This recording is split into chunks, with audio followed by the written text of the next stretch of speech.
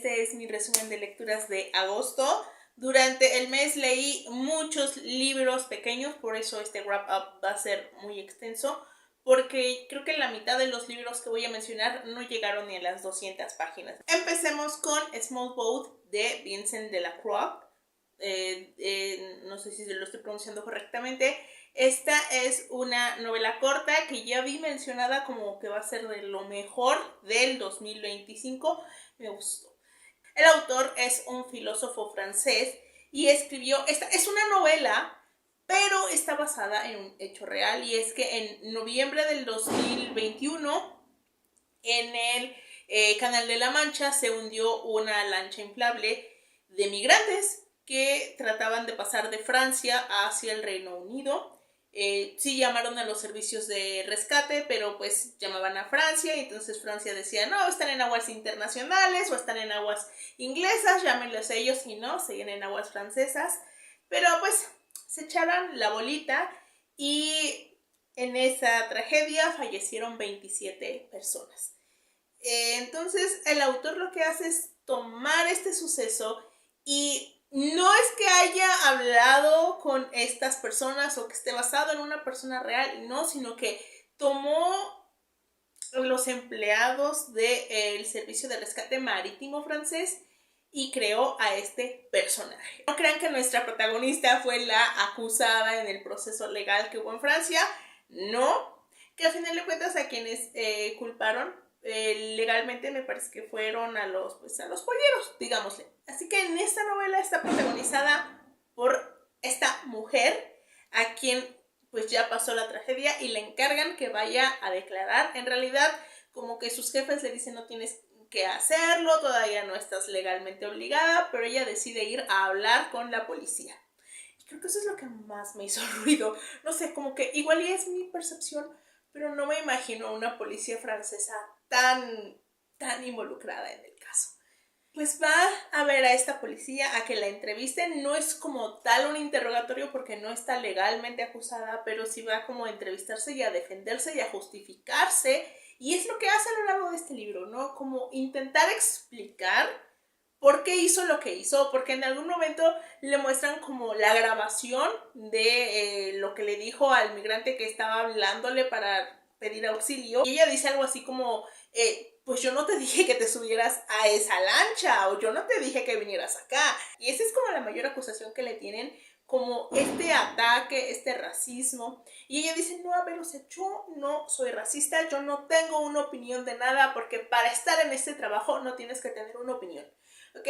Porque a ti te puede llamar la lancha de migrantes, o te puede llamar el tipo millonario que está en su yate y se está hundiendo. Entonces parte del protocolo es no tener una opinión, y como que es esta confrontación con sus ideas, ¿no? Como ella intenta justificarse, convencerse a sí misma, convencer a la otra persona y decir, yo solo soy una pieza más en esta maquinaria. Yo no hago todo esto, o sea, yo solo sigo órdenes, digámosle.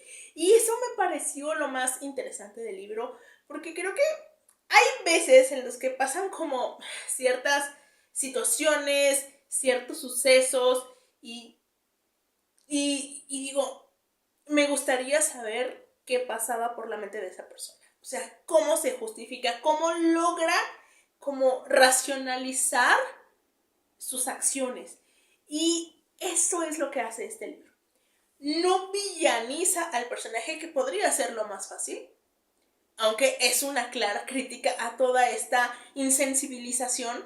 Es intentar como entender cómo funciona la mente de estas personas, cómo lo ven, cómo se distancian, porque para mí no es tanto una deshumanización, sino una insensibilización, en el sentido de que ella dice, si no te insensibilizas, ¿qué va a hacer de ti? O sea, un poco como esta frase que dice House en la serie House, ¿sí? De ¿qué prefieres?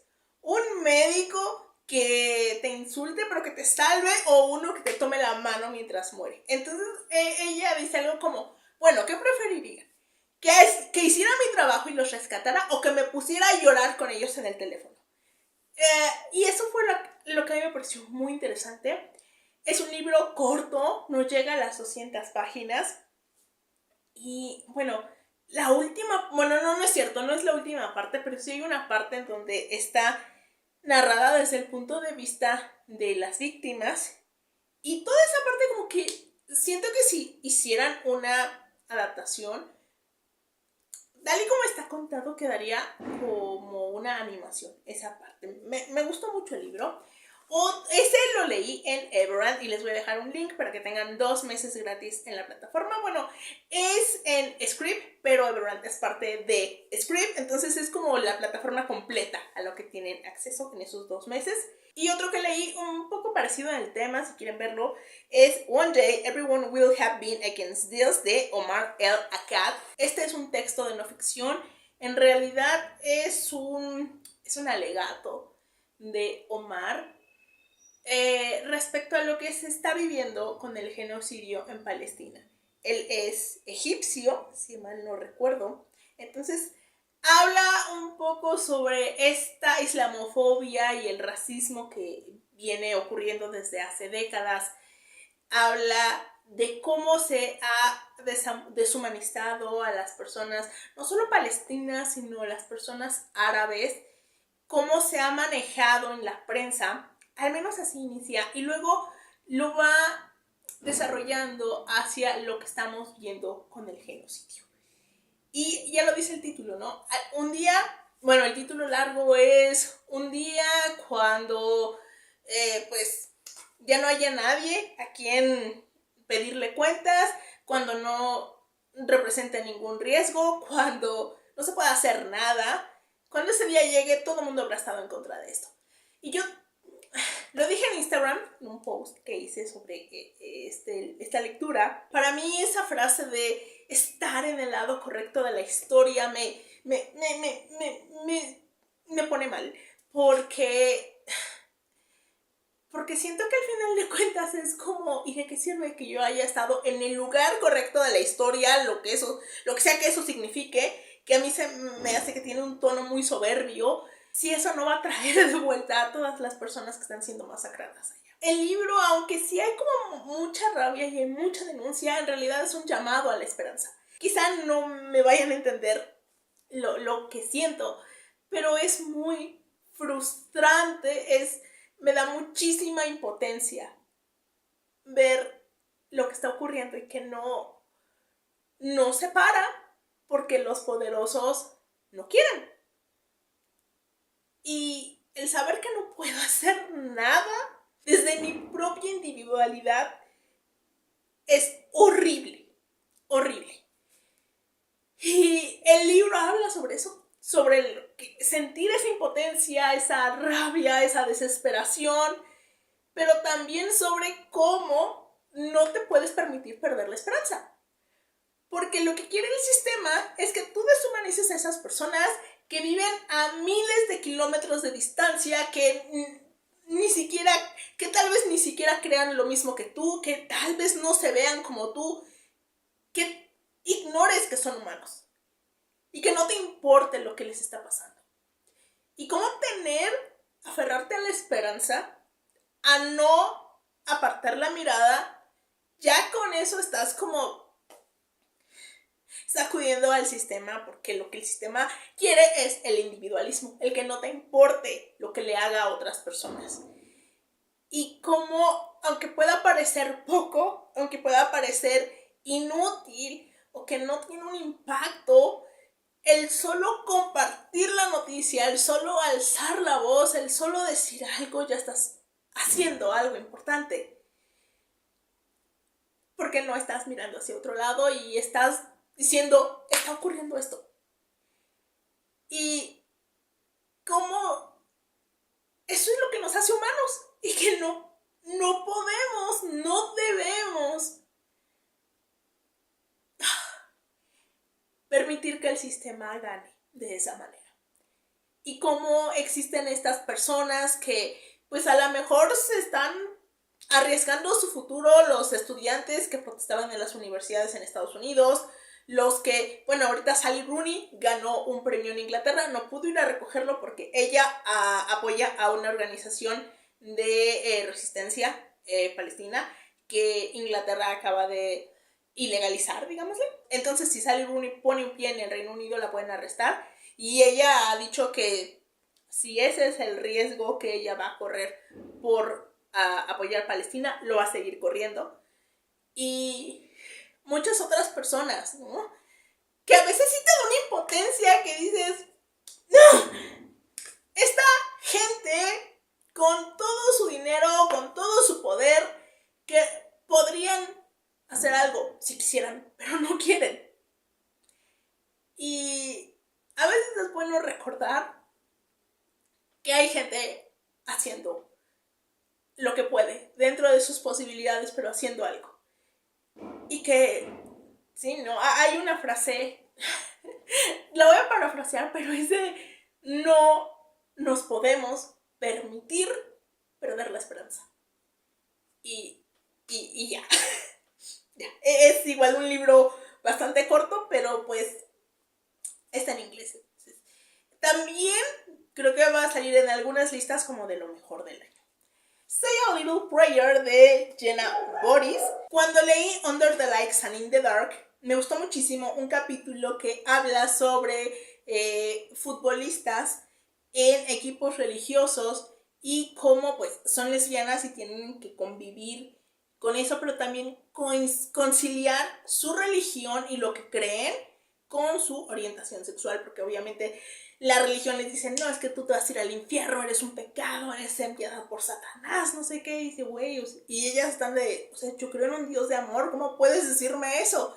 Y él cómo trata de conciliar estas partes de sus vidas me pareció muy interesante. Fue mi capítulo favorito y por eso me llamó la atención este libro. Aquí tenemos a Riley, una chica, va en la preparatoria, es un libro juvenil, cuya, ella y su familia iban a una congregación, pero un día su hermana abortó y pues como que se entera el pastor y los expulsó. Bueno, expulsó a la hermana de manera muy pública y humillante y pues los padres se van. Entonces eso sacude por completo a Riley y además como ella es una chica bisexual, dice, pues es que ya no hay un lugar aquí para mí porque esto choca totalmente con lo que yo creo. Yo estoy a favor de lo que hizo mi hermana y aparte pues mi sexualidad no es como bien vista aquí y se aleja de la iglesia. Y un día pues como ellos están en un estado del cinturón rojo, de esos que no conocen la palabra laico, pues resulta que tiene un problema en la escuela con una ex amiga de su hermana. Y entonces el director le dice que para no castigarla y que ella pueda seguir en la obra de teatro, y está en el club de teatro, tiene que ir a un retiro religioso. Obviamente de la iglesia de la que se salió. Y ella está de, ¿qué? ¿Por qué? Yo no quiero. Y aparte ella es amiga de los hijos del pastor.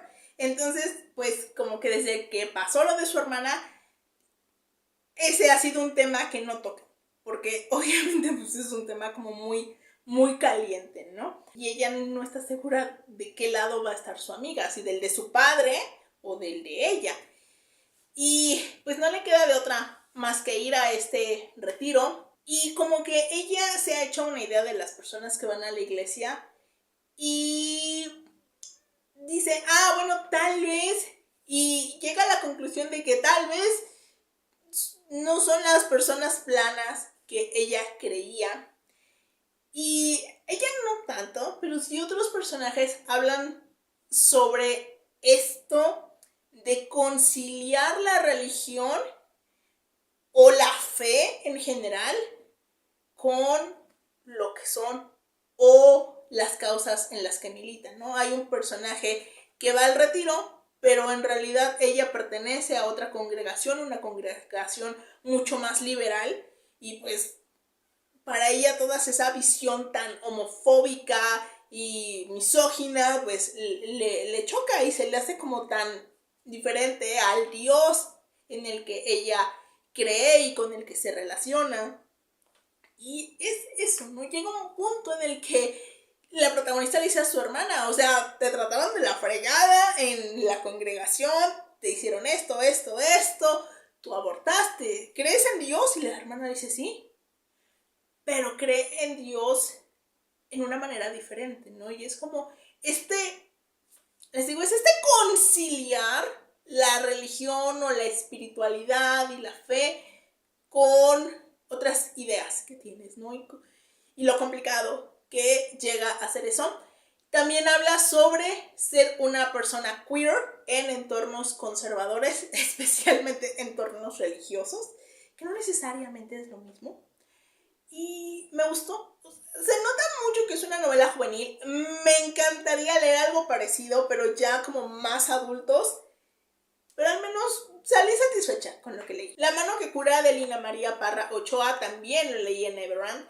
Esta es una novela colombiana cortita que habla sobre, bueno, tenemos a nuestra protagonista Lina, cuyo padre falleció recientemente y han empezado a pasar cosas en su casa. Cosas extrañas que pues sí, ella como que no es necesariamente creyente, pero las relaciona pues ya saben, como con los espíritus o así. Y la mamá al principio como que no está de acuerdo, pero pasa algo y entonces nos vamos al pasado de la mamá y a cómo en su infancia conoció a Ana Gregoria, una mujer que cura. Ya saben, o sea, de estas personas que pues, bueno, creo que ella no hace limpias como tal, pero me entienden, o sea, hacen trabajos, curan, todo eso.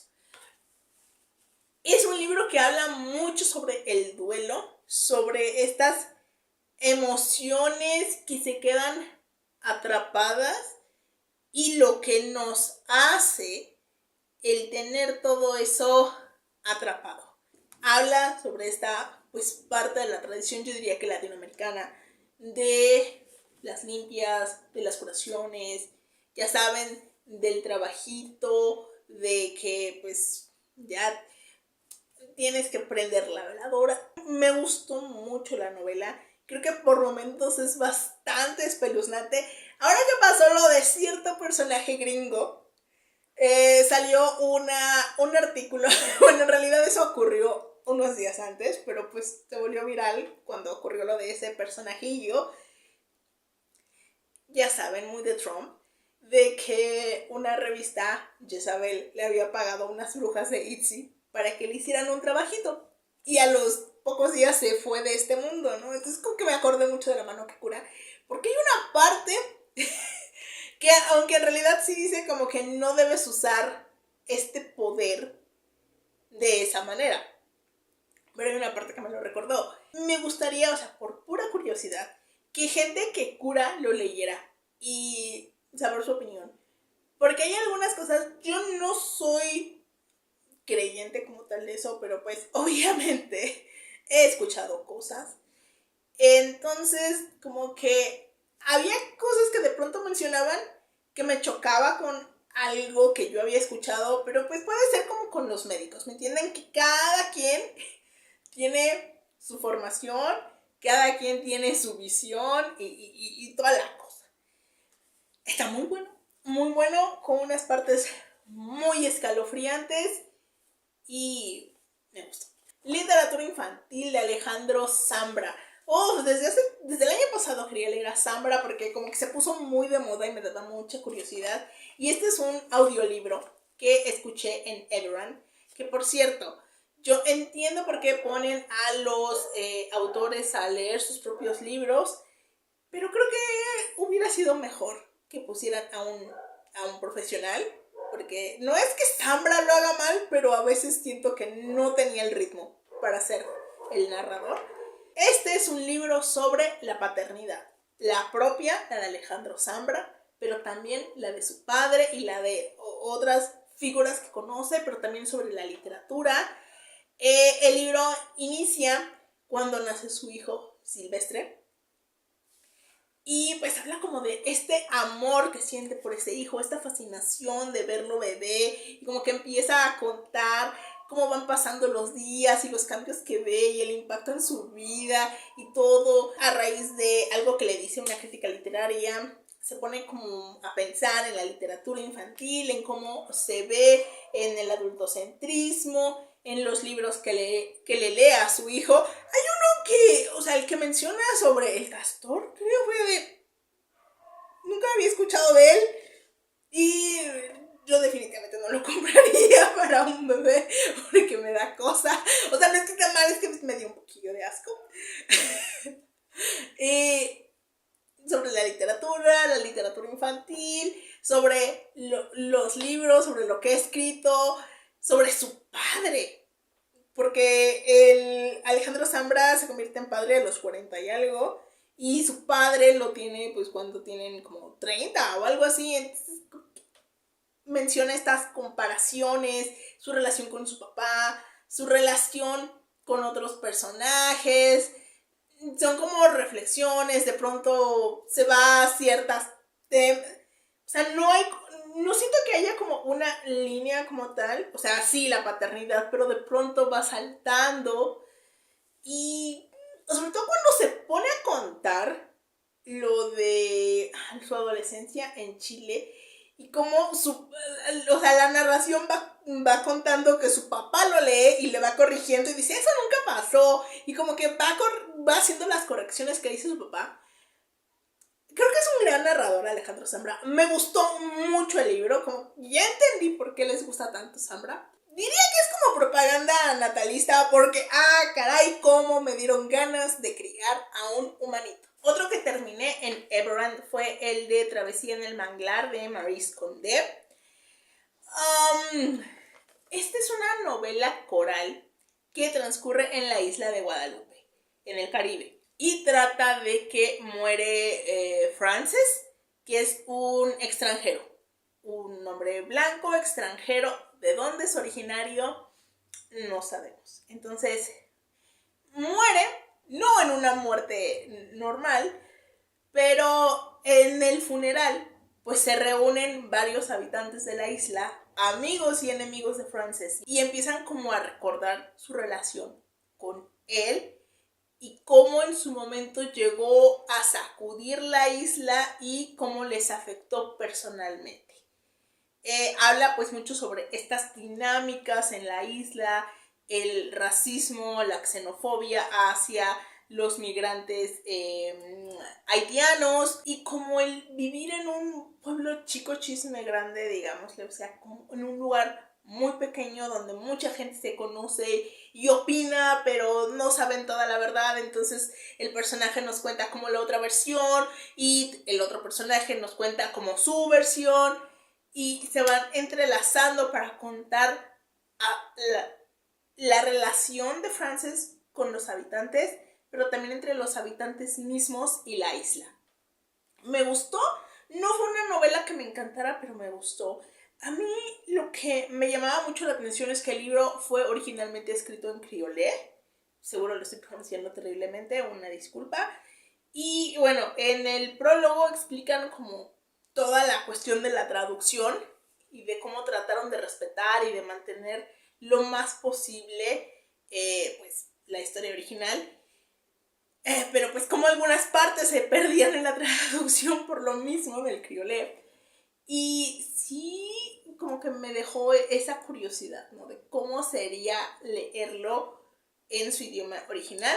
Me parece que es el único libro que Maryse Condé escribió en su idioma natal, el criolé, pero no estoy segura.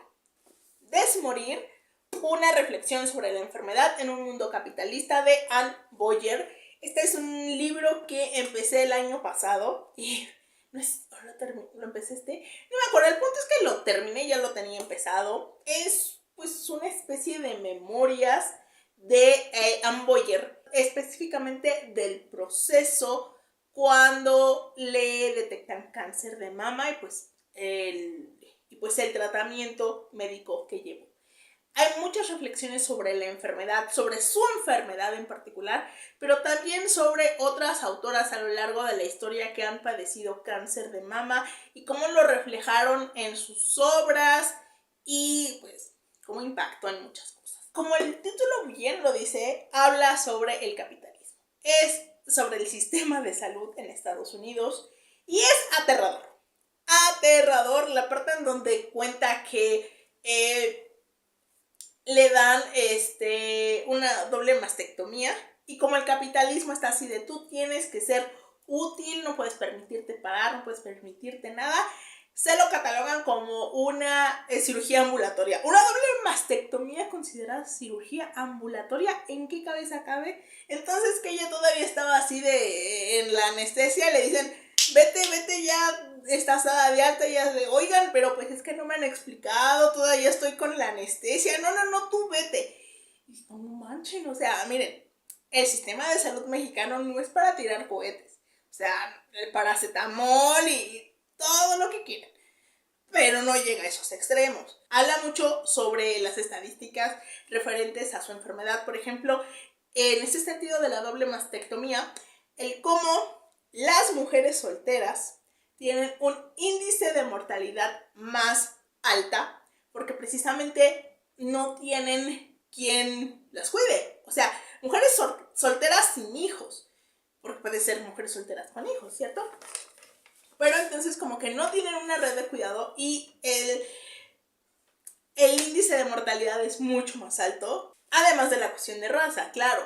También habla sobre el miedo y lo que impacta en el cuerpo la quimioterapia. Menciona en algún punto a unas bloggers, youtubers, que pues como que decidió no seguir el tratamiento tradicional y falleció, pero habla sobre por qué mucha gente elige no seguir el tratamiento tradicional, que implica el miedo, la falta de información, médicos que no explican, pero también el impacto altísimo en el cuerpo de la quimioterapia. O sea, menciona un montón de cosas que yo jamás había considerado, que sí te pones a pensar.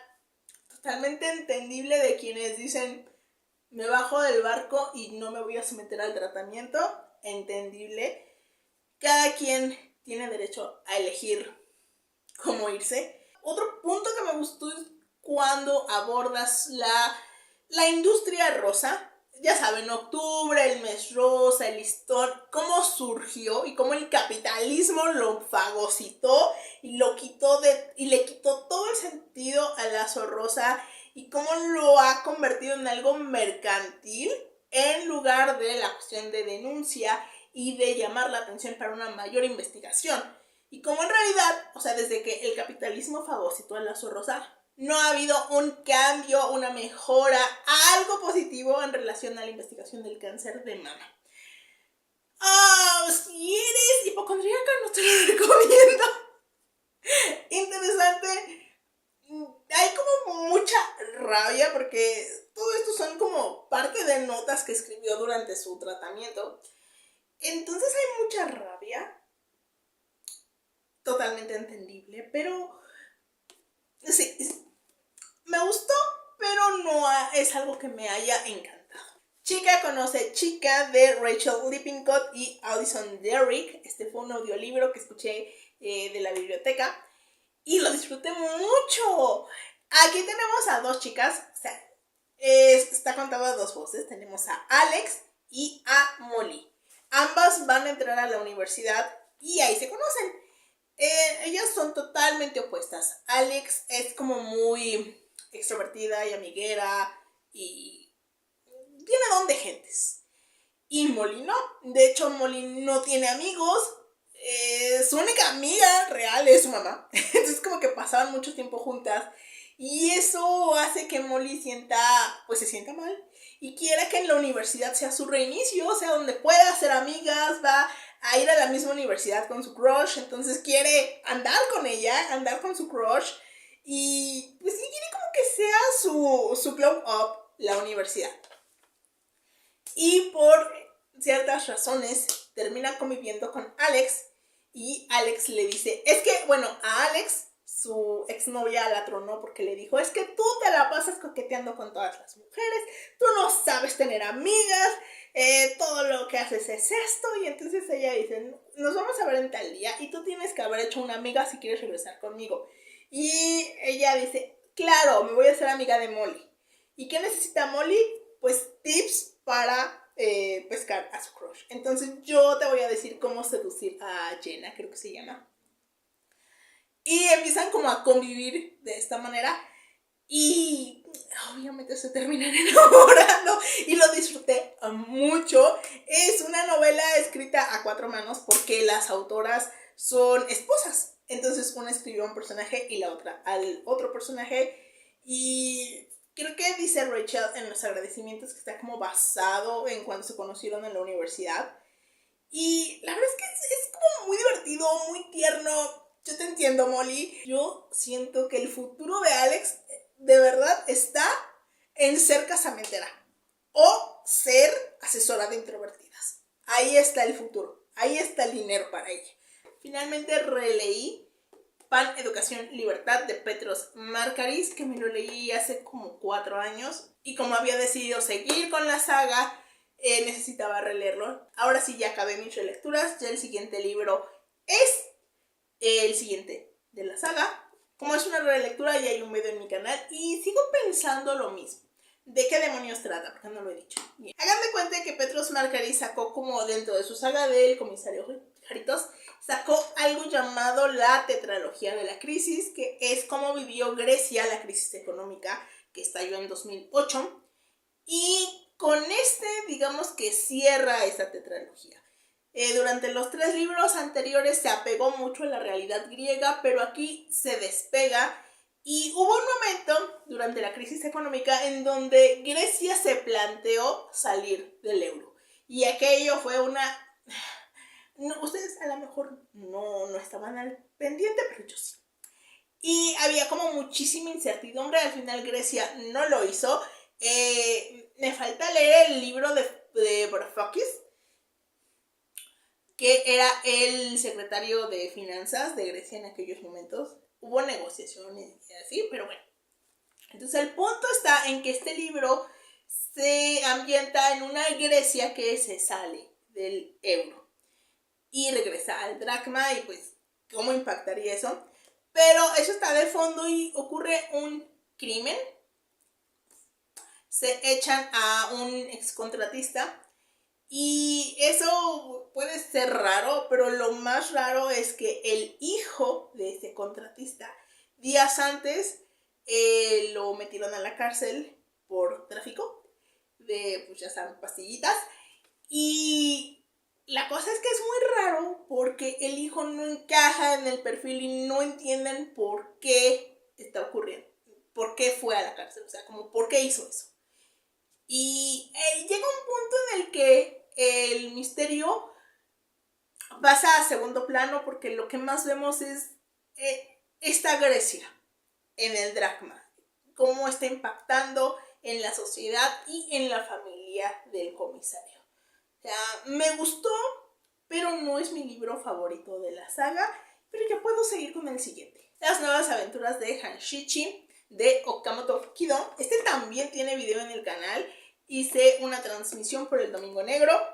Va a haber una transmisión, no va a haber una transmisión como tal, pero sí va a haber video del Domingo Negro de septiembre, y este fue el de agosto.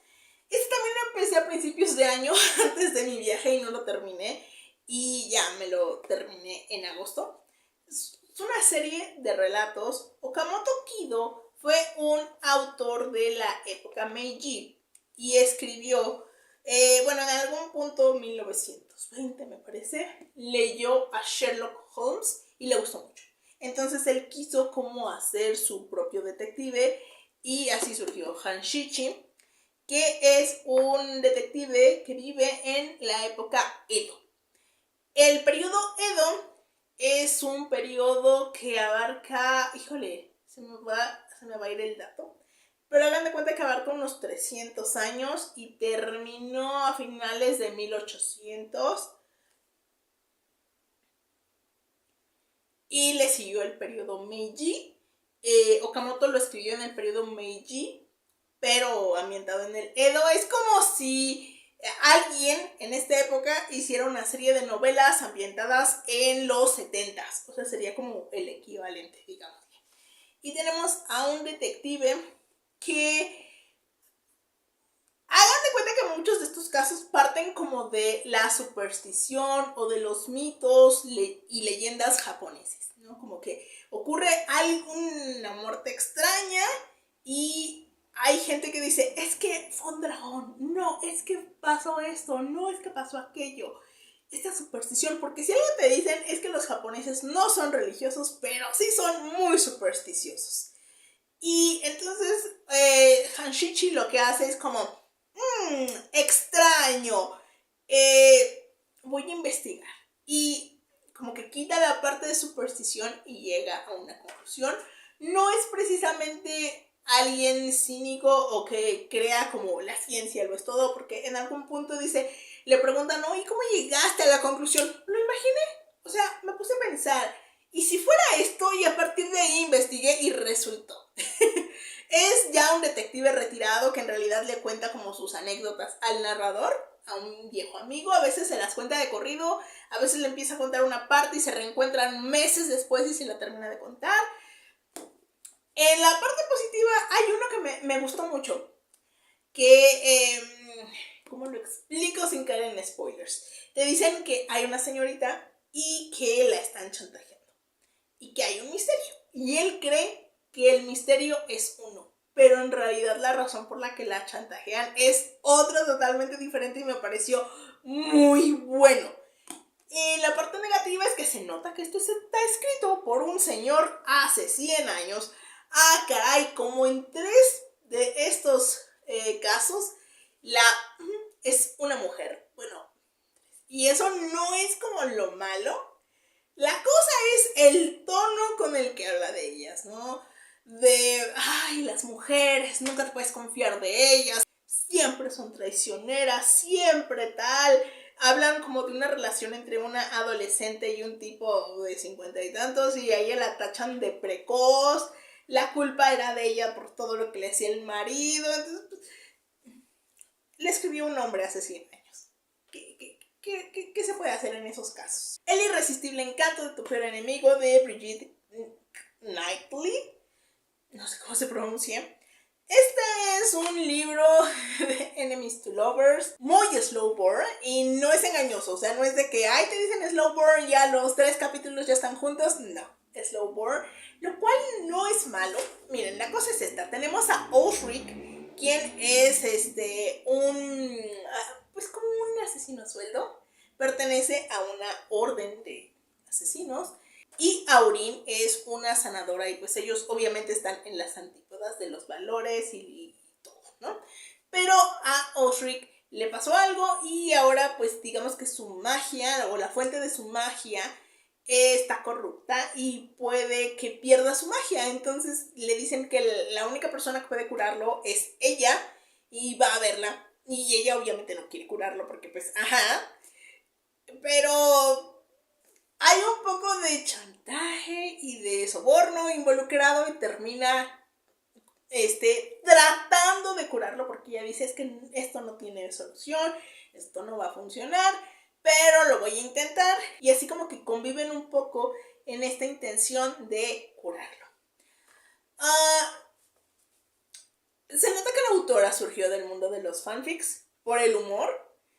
El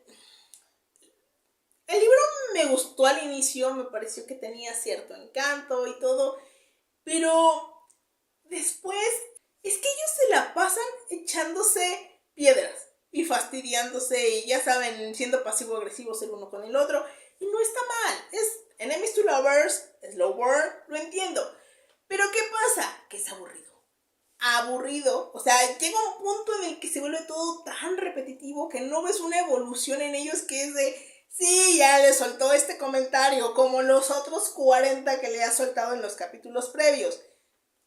Dame algo diferente, o sea, por poner un ejemplo, en Peerless los dos se la viven fastidiándose y soltando comentarios pasivo-agresivos, pero son inteligentes y son divertidos y van pasando cosas y no se siente así, tan repetitivo, tan ya dame algo nuevo porque ya me aburrí con esto.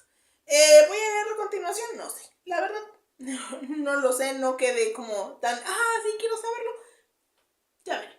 Budín del cielo de María Luque, otra novela corta. Esta la leí porque fue una recomendación adaptación de Law by the Sea. Y es una novela muy sencilla. Tenemos a Rosa, quien es una jubilada argentina y es su día a día. Y tiene una vejez no muy problemática. Tiene una amiga que sí padece de salud, pero Rosa, o sea, sí tiene sus achaques, sí le mandan como su medicina y cómo tiene que pararse y le dicen, no, ya no tejas porque te estás encorvando. Dice, esto, pero en realidad es como una vejez muy padre, muy tranquila, ya me fui al parque, a mí me encantan los pájaros, entonces les voy dejando pancitos, semillitas por aquí, por allá, y cuido las plantas. Y ella era maestra. Entonces, como que a sus alumnos, cuando piensan en ellos, les decían mis pichones. Y ay, es que esa pichona era bien traviesa, nunca me aprendí su nombre porque era no sé qué. Y como que se acuerda mucho de su época de juventud y como a ella le gustaba mucho Sandro. Y ahora sí que creo que es el club de fans, ¿no? De las nenas de Sandro y como ella siempre quiso casarse con él y tuvo sus novios, pero pues como ningún novio quiso casarse o no se dieron las cosas y mejor hubiera sido con Sandro. Y tiene como que muchas fantasías, o sea, de pronto como que se imagina que los pajaritos son sus alumnos y les dicen, no, es que ustedes están peleando, entonces tienen que hacer las paces, no sé qué, pero como en una fantasía muy divertida, como para matar el tiempo, y a veces va con sus alumnos. Bueno, no es que a veces, sino que hubo un evento y una de sus alumnas escribió un libro. Y entonces como que va a verla y la alumna le dice, este personaje lo escribí inspirado en usted. Y ella lo empieza a leer y dice, me hubiera gustado que le pusiera mi nombre. Y luego empieza como a leer el libro y dice, no, pero es que esta maestra es muy estricta, qué bueno que no le puso mi nombre. Y los alumnos le dicen, pues vamos a tal parte. Y ella así de, pero ¿por qué me quieren invitar a salir? O sea, ¿creen que yo me estoy encerrando y que yo necesito esto? Porque no, o sea, yo no estoy encerrada en mi casa. Yo estoy aquí muy tranquila y salgo cuando quiero. Y creo que está muy padre. Es como una lectura muy light de una señora mayor que se la pasa bien y se agradece. También tiene algunas ilustraciones muy bonitas. Pero la historia es como muy simple, pero muy linda. Y finalmente, El árbol de las brujas de Ray Bradbury, que fue la lectura del mes en Leer en Compañía. Y fue un libro que me sorprendió por completo, porque desde que leímos la sinopsis, o sea, cuando salió elegido y vi la portada, que era como de un grupo de niños, el árbol de las brujas, no sé qué, como que tú piensas que es algo muy aterrador. Y, o sea, algo, pero para mí me dio como las mismas vibras que Las brujas de Roald Dahl. O sea, un libro infantil. Cuando lo empecé a leer dije, esto pareciera como un libro infantil juvenil. No sé si Bradbury lo escribió específicamente para ese público, pero definitivamente así se siente, como una aventura infantil. Cuando vi que había sido adaptado a caricatura por Hanna-Barbera, dije, claro, tiene sentido. Entonces como que me esperaba algo y me encontré una obra totalmente diferente. Sí fue divertida, pero por momentos, precisamente porque es como muy infantil juvenil, parecieron tanto educativa, porque estos personajes son unos niños que pues ¿cómo decirlo? Porque aparte es un libro muy corto. Se van a conocer cómo es el Día de Muertos en distintas culturas. O sea, la cultura, ¿cómo se llama? Los celtas, creo, los egipcios, en México incluso, y cómo se celebra a los muertos. Fue curioso, o sea, sí me gustó, pero esperaba algo totalmente diferente. Eso fue todo por el día de hoy. Un video larguísimo, perdonen. Ya saben que yo no sé ser concreta. Espero que este video les haya gustado. Muchas gracias por verlo y ojalá me acompañen en el siguiente.